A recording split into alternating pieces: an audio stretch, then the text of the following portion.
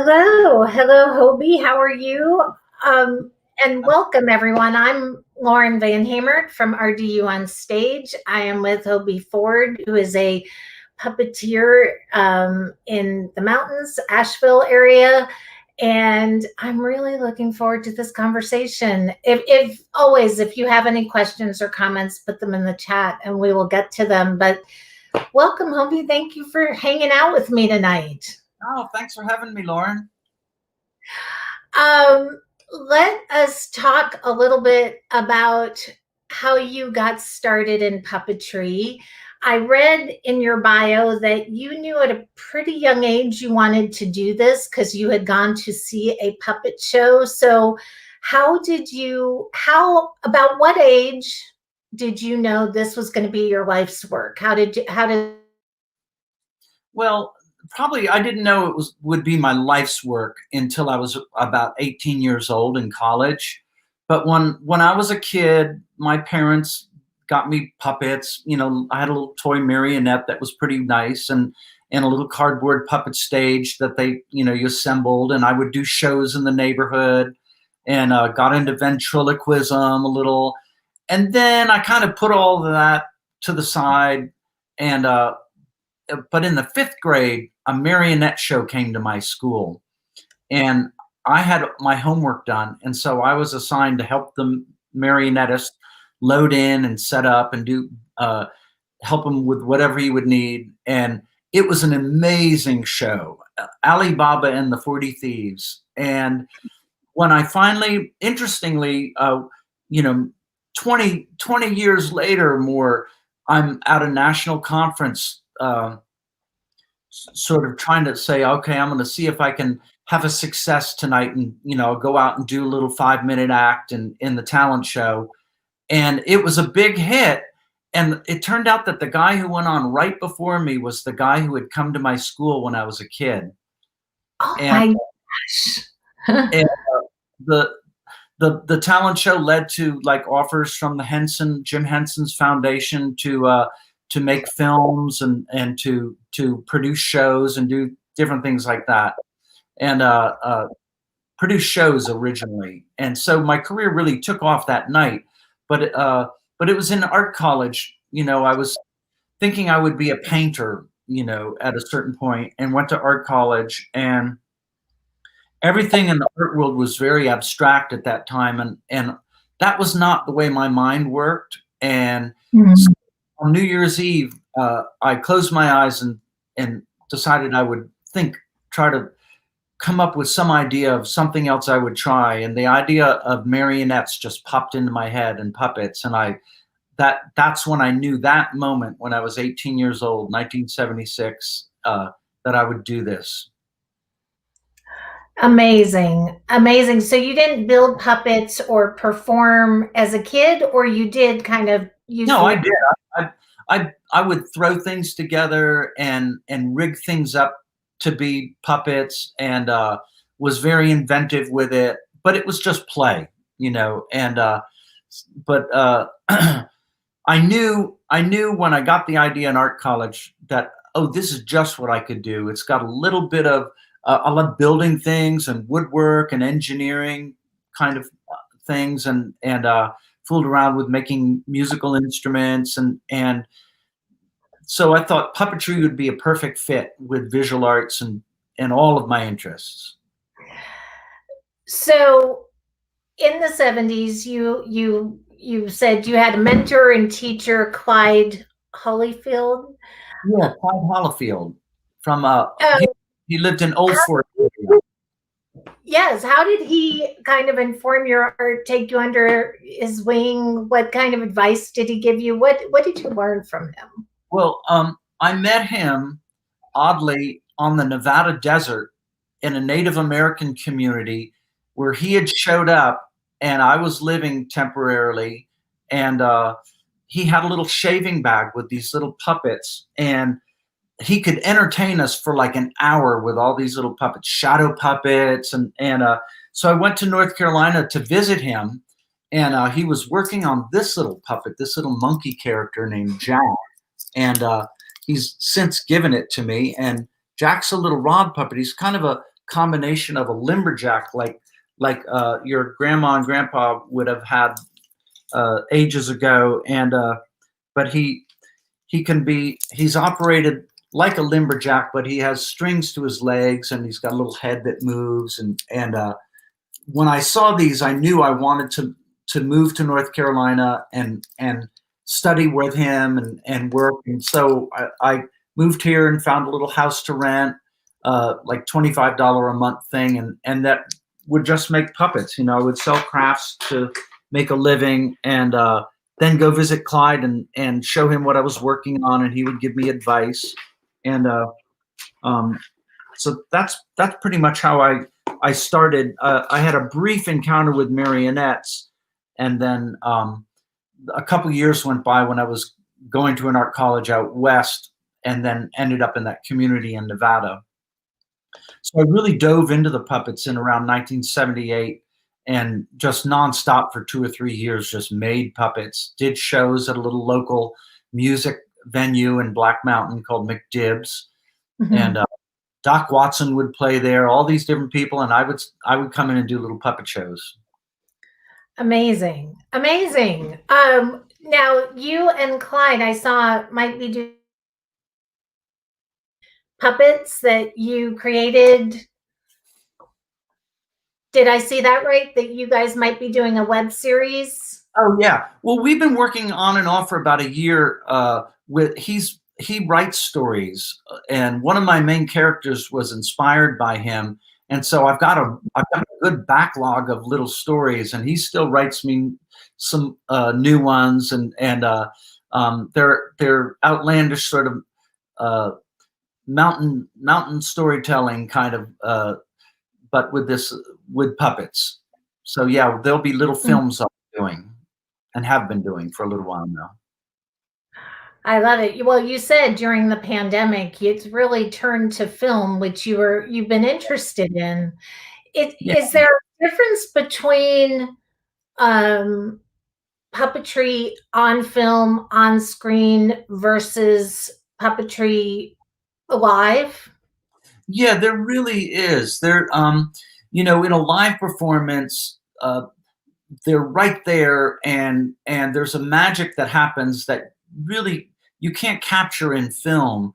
But that's not to say that puppets can't do beautifully in film. And I had my own first filmmaking experience through Jim Henson's daughter Heather has a whole handmade puppet dreams series that she funds different puppeteers to make 3 to 7 to 8 minute movies, and has a whole now several years of them in like DVD collections, and they're on Netflix, and you can watch them. If you go to Heather Henson's Handmade Puppet Dreams, you can see them.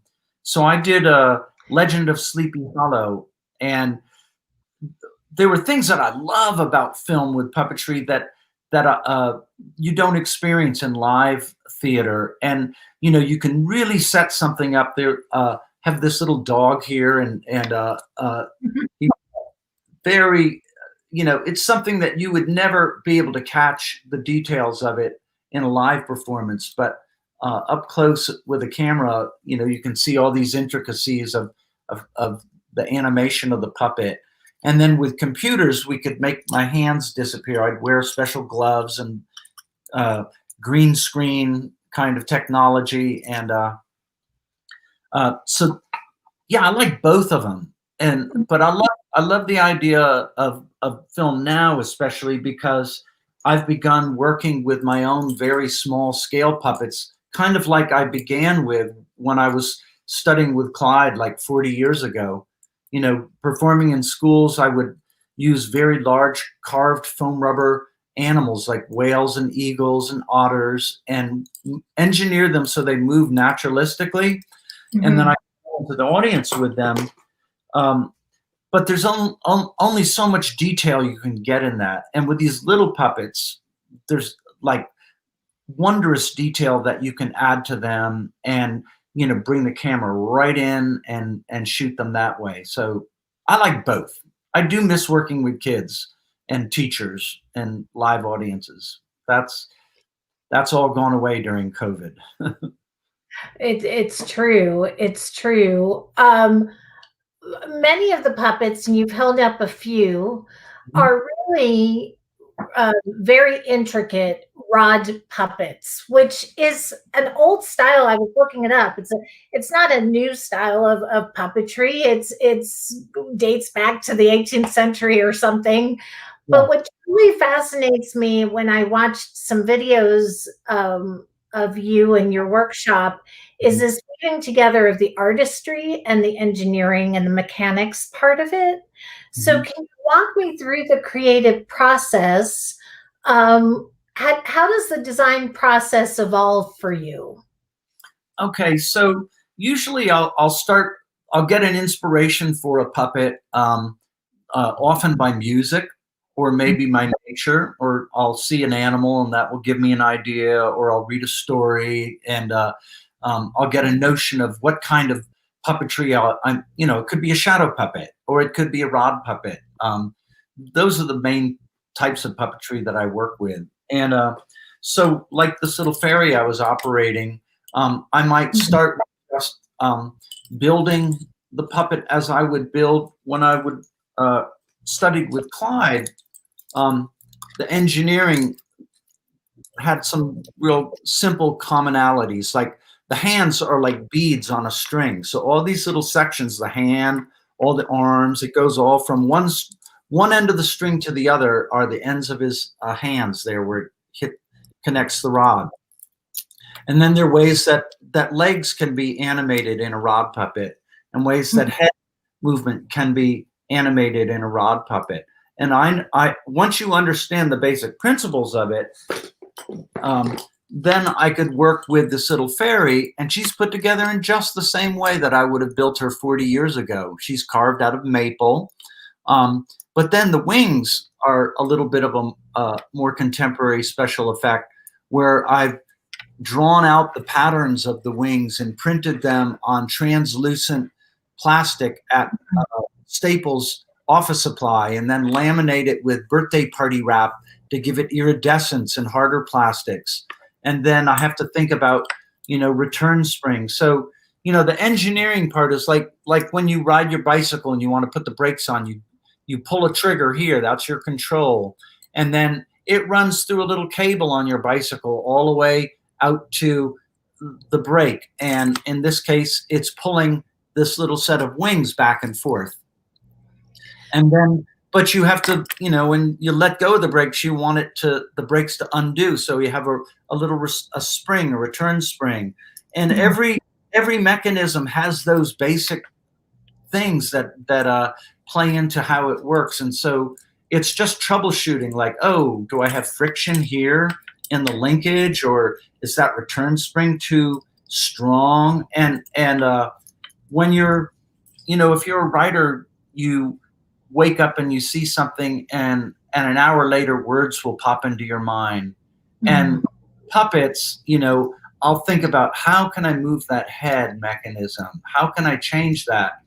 And very quickly, it's almost like a voice comes onto my mind and I can see it visually. Oh, this is how you do it. It's going to be engineered and done like this. And it'll just pop into my mind. And that, when you're, I'm a visual spatial sort of engineering kind of thinker. So the ideas pop into my mind. I mean, a poem or a story does not come very easily to me, but making puppets is something that I understand. So, does the character come first and the puppet evolves out of that? Or are you thinking about the mechanics and kind of the look of the puppet and the character comes after once the puppet is animated? Yeah, well, like very often, I will just build the puppet. Like, okay, I want to build a dog. So here's a little dog I built, and uh, I can see how he works and how he's going to what he does well. And I've noticed that I can make his ears go up and down, and that's going to be a funny little thing that he can do. And so it just turns into a kind of shtick. So he'll say, okay, Chester's going to do some dog tricks, and first he'll do some warm-up exercises and push-ups and all this stuff, and then he gets into his tricks, which all go very badly, but that's the comedy of it. And so yeah, it's shows sort of evolve that way, or they might be something very direct, like I'm doing this film, I need these characters to do this, and it's very straightforward. And the characters, they come out of the writing, but not out of the puppet per se. Mm. And one of the things that I think about puppetry not as a noun but as a verb, and it's all about action. And so whatever the story is or whatever the puppet is doing, I always want there to be action and things that are going to evoke life in the puppet. And so that's always a concern. And that's another thing that comes natural once you get started in puppetry, is like bringing the life out of a puppet and animating it. Mm. Well, and it's so interesting because as you're holding the dog or as you're holding the fairy, I'm so fixated on it and almost forget you're controlling it. I'm just fascinated by the movements. My imagination goes away or gets the best of me, and I forget that you're controlling it. It's just... When I was getting started, there was a puppeteer that Jim Henson had discovered, and he was uncanny in how he worked his puppets. His name was Bruce Schwartz, and he was one of the few puppeteers that was ever on the Muppet Show as a guest puppeteer. He never did that, but he brought Bruce Schwartz on, and Bruce operated puppets like the Japanese do, out in full view. So he would operate, hold the stick at the back of the head of a character, and that would manipulate it. But he would dress in black, and he would always stare and focus on the puppet. And then I later learned that in this Japanese technique, if you kind of focus on your puppet, so I'll take these big foam rubber whales and I'll move them to music out into the audience, and you hear ocean sounds. And as long as I'm sort of moving along with the puppet, my wife even made me take modern dance classes so I would move with them. And then I have to focus on the puppet. And if I do that, adults will come up afterwards and say, "You disappeared. All of a sudden I realized you were standing there, and for 2 minutes you totally disappeared, and all I noticed was I was aware of the whale and never thought of like, oh, look at him moving the puppet." So that very early on I adopted that technique and have worked with that ever since. What I love about it, I think, a few years ago, I went to see King Kong on Broadway, and the Puppeteers, there were, I think, 13 of them, 14 of them. They were on stage. Most of the ones that were vocalizing the puppet were in a sound box, but the majority of them were on stage, handling him, jumping on him, making him move. And he was so grand. I really felt, though, in that show, puppetry deserved its own Tony Award, that these puppeteers, they were so masterful in what they were doing. And although they did become invisible, and I forgot they were there in certain scenes, the artistry of them being there, I felt elevated the whole art form. I almost feel like if I watch Sesame Street and I don't see the puppeteer, I'm almost more aware of the puppeteer not being visible. Yeah. And it that whole Japanese bunraku idea, there was Eastern European puppeteers who worked with similar things, but it was the Japanese that really captured the imagination of a lot of groups. There was a recent Broadway hit called Warhorse. I guess it came to Lincoln Center, but it ran for quite a while, and but it was a West African company that put put it together, but they were familiar with Japanese bunraku and have worked over the breadth of their theater. As you see the puppeteer, you generally see them, and so really that it's used all over the world now, and I think it's even more honest in a way. Like it's fascinating to see the person operating it, but also have them, just sort of gird up hold the puppet up and work with it, and give it energy and add to the performance in a way that's very should be. Yes, yes. That's what I think it just Mhm. adds to the it almost becomes like you're an appendage. You're an extension of the Yeah. puppet and that character. Earlier this month, Carolee Wilcox, the head of the Muppet Workshop, passed away. And you had met her when you applied for a job at the Muppet Workshop. What advice did she give you, and what was your experience being there applying for that position? Well, I had been making these little teeny puppets like I'd been showing you, and I had these elves and fairies that were inspired by one of the artists that it turned out Jim Henson was working with to create the Dark Crystal movie. And so I Mhm. thought, I'm going to go up there. I know a person who can get me in. And I went and finagled an interview there, and went to see first the Dark Crystal studio, and they were really getting ready to move the whole thing over to England. I Mhm. didn't know I was even really qualified to work on it, but I wanted to try anyway. So just visiting that studio was a graduate course in puppetry. But then I went over to the Muppets workshop and thought, well, I'm going to try to get an interview there, and I did. And Carolee Wilcox, who was the head of the studio, especially the workshop of actually building the puppets and all, she brought me in and I showed her my puppets, and she shut the door and she said, "You don't want to work here. You'll be making hand rods all day long or doing some minor thing. Like all the major pieces are being done by people who have filled those positions, and you'd be a teeny rung on the ladder, and you should really go back to North Carolina and do your own thing. Do pursue your own interests, because she liked what I was doing. She said you'd be much happier, and it was really the best advice. And I wanted to do nothing more than um, emulate the style of my own teacher, Clyde Hollifield. And then when I saw the Dark Crystal, oh, I want to make puppets just like that. And she said, no, do your own thing. And so Mhm. I tried to do that. I get inspired by things, but it's led me to think like, gosh, do what you do.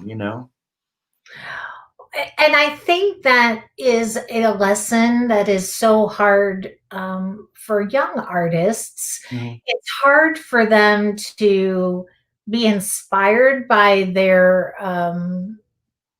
mentors or be inspired by people they admire rather than try to emulate and copy. You don't want to be a carbon copy. You want to find your own voice. But I found working in the art world when I first moved to North Carolina, it was hard for younger artists to Mhm. grasp that. So that's interesting that that was a lesson she was able to Oh, impart. yeah, you want to be the next Jim Henson, but that's taken already. Yeah, well, and there, he did so much for puppetry and storytelling and really using the Muppets to teach children in this really interesting, beautiful way. Yeah. He was very interested in helping out the art form and supporting people getting started in the art form, and you know whether it be a grant to go study in France, at a puppetry institute, or uh, whatever. He always was very generous, as is his family ongoing. I was going to say, and it sounds like his daughter has carried that on. Yeah.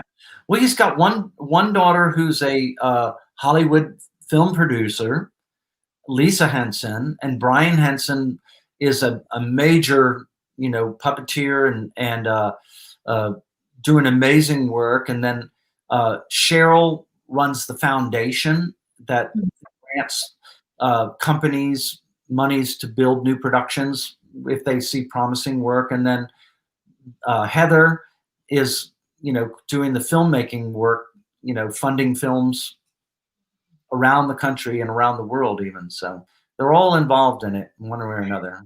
And the Muppets never really go away. They kind of, just when you think they might be gone, they come back. I think we'll probably see something with the Muppets on Disney Plus. They're making some big announcement coming up. Yeah. They they what they do so beautifully, and they can, they're a whole new generation of puppeteers is there. They're all very skilled, just awesome, awe-inspiring puppeteers. It is amazing. You've performed all over the world with your puppets. Mhm. A lot of your shows are also nonverbal shows. They're set to music. Mhm. Is puppetry the kind of storytelling that is universal, or does it resonate or land differently depending on where in the world you are performing it? Yeah. So, I do use narrative too, but I really love those shows that are non-verbal, not just for working abroad, but in the United States. Whether it's working with very young children, that kind of thing, where they're not going to follow a story, and so you create action and build a story on action. Um, Mhm. but but yeah, it was great being able to take those shows abroad and go to an audience that's seen nothing like what I'm doing, in the Arab world, in Asia. Um, it's fascinating getting to work in other places. Worked in Mexico. Um, the the most unique show that I ever did was around 2015, 2016. I was working in Jordan at international schools, Mhm. and we took the show to a Syrian refugee camp on the Jordanian border with Syria. There were 100,000 people living in a 5 square mile perimeter, and we had to follow a UN convoy into the camp. And it was really kind of frightening when I was getting there. Just like, gosh, what it looked like a war zone. And but we got in there, and the kids came in, and it was like Kids Anywhere, and they were able to get the show because it was nonverbal and lots of movement. And it it was one of the best performance days of my life. Mm. And I would imagine, when you're performing in a situation like that, to bring the magic of storytelling, the magic of wonder to a place where there's very little hope in some cases. It must be really inspiring, really interesting. Yeah, yeah, it You is. You also Humbling. perform a lot in our schools here. I'm a big proponent for arts education. We were talking about a colleague of yours who I saw perform at my daughter's middle school, another puppeteer, Mhm, and it was wondrous and magical. mhm. I feel like arts education is so important, particularly now that we're living in this strange virtual world. So, talk to me about traveling around the state, traveling around the country, going into the schools, and why arts education matters. Okay, so around 35 years ago, I was working at the Smithsonian doing shows, family shows, and there was an inquiry from the Kennedy Center Education Department wanting me to come and do a workshop for them. And so I thought I would do a shadow puppet workshop. And that began a relationship that's gone on ever since. There are about 70 Kennedy Center teaching artists who have been trained there. We've trained together over the last 20 years or more. Um, and it's this whole work of arts integration. And so different children learn in different ways, and a child who can learn verbally or from reading does very well in our educational system. That's what we're sort of structured to teach to.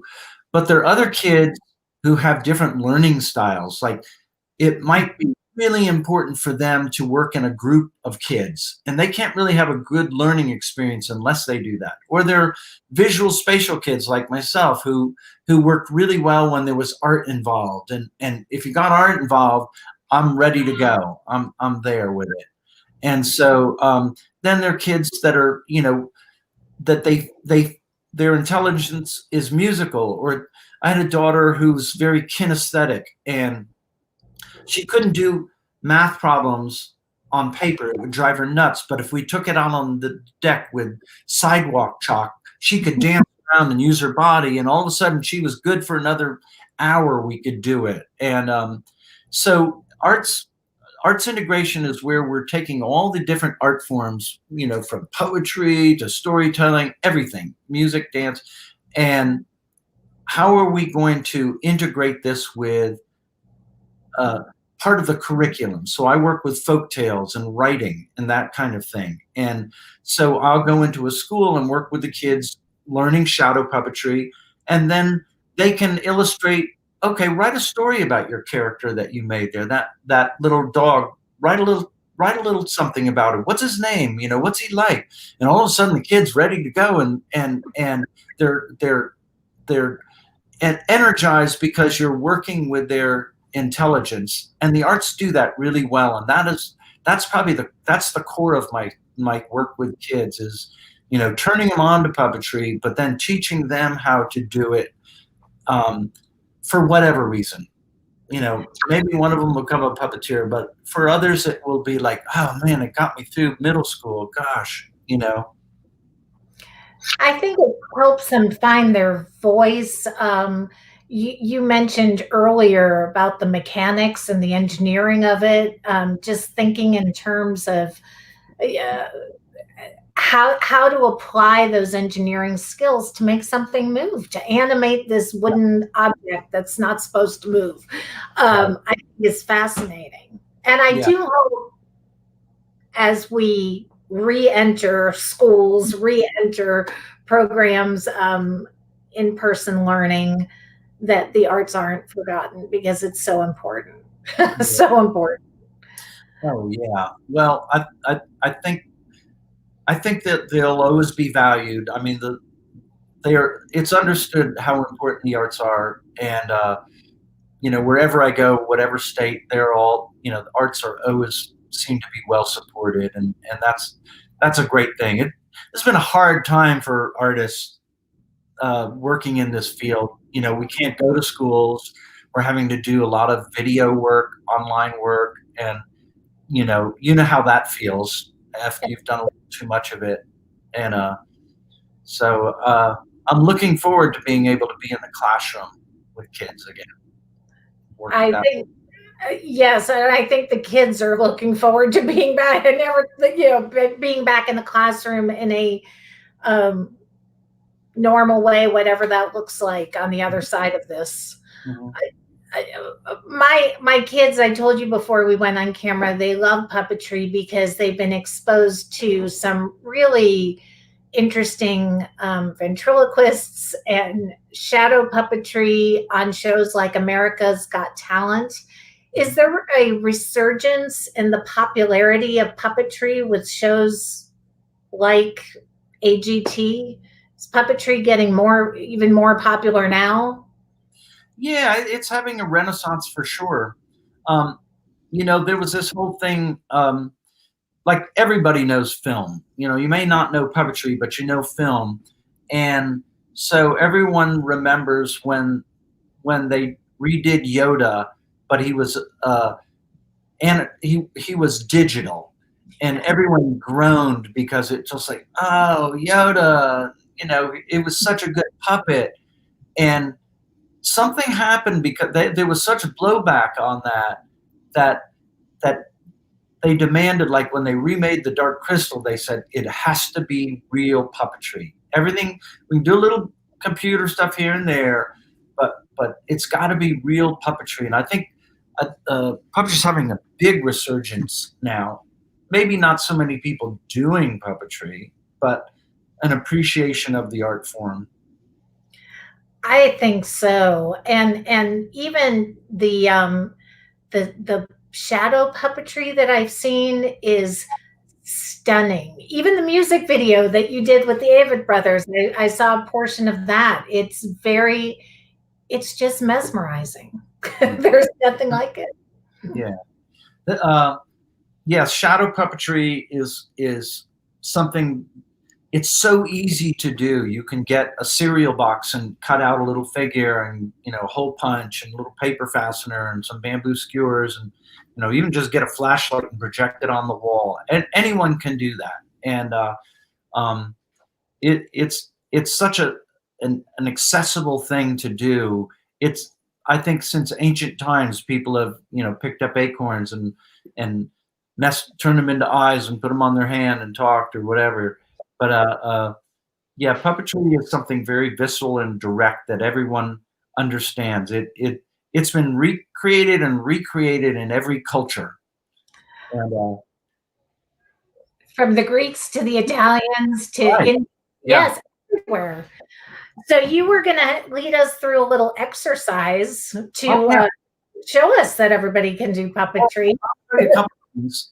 Because I've shown you so many puppets, so I want to put your fingers in the air like this. Okay, now make circles, come up to the top, and keep going. Now come up to the top and stop, and then we're going to take one finger and go down to the bottom, and now we're going to change places and keep going like that. This is like patting your head, patting your time. So this is, but the reason I'm showing you this is that a lot of my puppets have this movement in their body. I discovered a long time ago that once I got this motion going, I could get this very realistic. Oh, okay. Whether it would be an otter swimming through the water or a whale, I'd always be using this with a four-legged or a mammal, would always have this movement in their body. And so once I learned how to do that with my hands, I could operate different types of puppets. And then I began experimenting with my hands. So let's do a little warm-up. Everyone, let's rub our hands together. Get them warmed up. Okay, index fingers up, down, point, in, up, down, point, in, up, down, point, in, up, down, point, in, up, down, point, in, up. Shake them out, shake them out, shake them out. 2 fingers up, ready, go. Down, point, in, up, down, point, in, up, down, point, in, up, down, point, in, up. Shake them out, shake them out. 3 fingers. Oh, now we're getting complicated. And do things like this. And get our fingers really limbered up. A lot of times we get stress on our hands. So now I'm going to introduce this little set of eyes. Mm-hmm. These are called a Peepers puppet. I hold the U.S. patent on the Peepers puppet. And I invented it when my kids wouldn't let me wash their hair, but I would make a little set of eyeballs. Oh, I love that. The character could drink the shampoo, and then they'd beg me to wash their hair, and so it works up. So if you hold your hand up like this and go, hello. Mm-hmm. If you're going to get a job at the Muppets, you would be lined up and given a set of ping pong balls or maybe some of my peepers, and they would get you talking, hello, and using your hands as each syllable has its own individual movement. And then there's focus and where you're looking and all of that. And this is how they train puppeteers now. They actually sometimes use these eyeballs. And but Jim Henson would always use ping pong balls. I found that out later after I brought some of these out at a Muppet Workshop. So then we can do some other things. We could maybe shape her hand like that and make a mouth like that. Or we could make an elephant like this, or a spider, or an alligator, or a monster, or a turtle. Mhm. So, or we could put it on the thumb and have a turtle. That's sign language for turtle. Mhm. You could have a horse running, or a snake. It's amazing how one small gadget or accessory can make such difference. It comes to life. Yeah. Well, you put, the nature puts fake eyes on a butterfly wing. And so when an animal sees a butterfly, they see those eyes. They're not going to attack it as quickly as if they saw the butterfly's actual eyes. We're very tuned into eyes. And if you don't know what eyes are, you could be eaten. And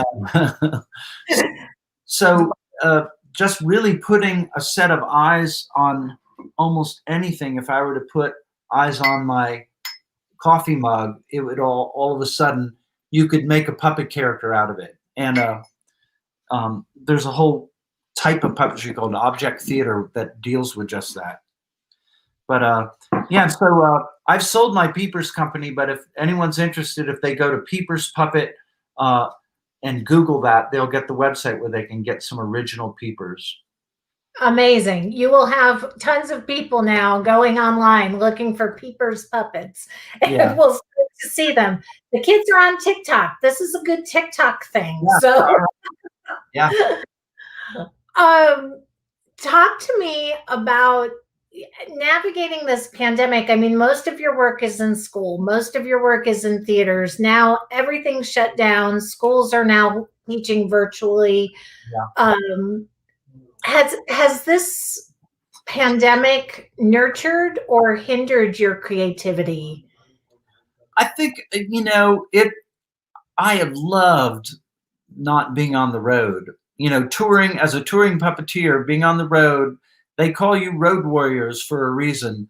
And touring is hard. And I love the work, and yet touring is hard. So, when all of a sudden I was out of work and the Arts Council said, look, schools are interested in film, video, well-produced video of your work that they can use in school. So I've been doing a lot of that. Then on the other side of it, all these other filmmakers and whatnot have been out of work, and they're all making independent horror movies for some reason. I've been involved in more horror movies this summer and into the year. At least 4 horror movies that I've worked on or been in or made puppets for, and ongoing, some coming up. But I think, I'm 63 now, and I'm going to still do that work in the classroom, especially in North Carolina, and performances. But I'm going to start transitioning to doing video workshops like I've had to do on Zoom. I'm going to do more of that. I've gotten a grant to get some more equipment to do that, and probably do filmmaking, try to divide my time between being at a location and working at home in my studio creating these films. I love that. Yeah. And what advice would you have for that schoolboy who helped set up the uh, marionette show at your school? Yeah.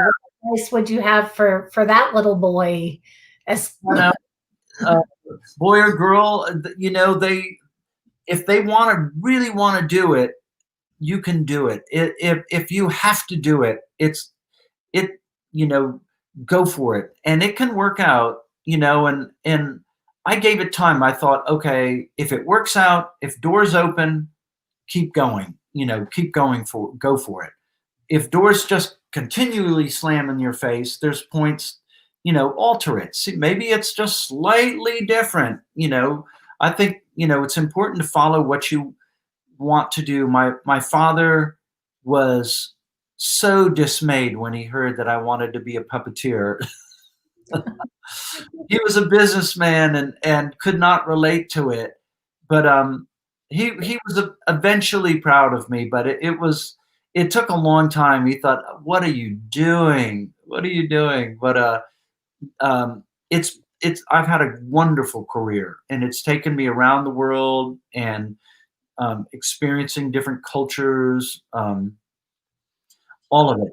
The community of puppeteers. There's a we're all get on Facebook or Instagram, and you can see what people are creating in Bali and in Australia and in South America, and we all share ideas, and it's a wonderful art form. I would encourage anyone to get into it at any level. Doesn't have to be professional.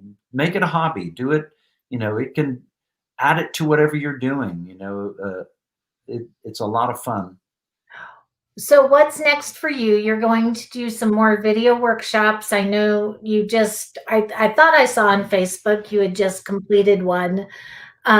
You're working on a web series. Where can people find out more if they do want to take a class with you or see your work?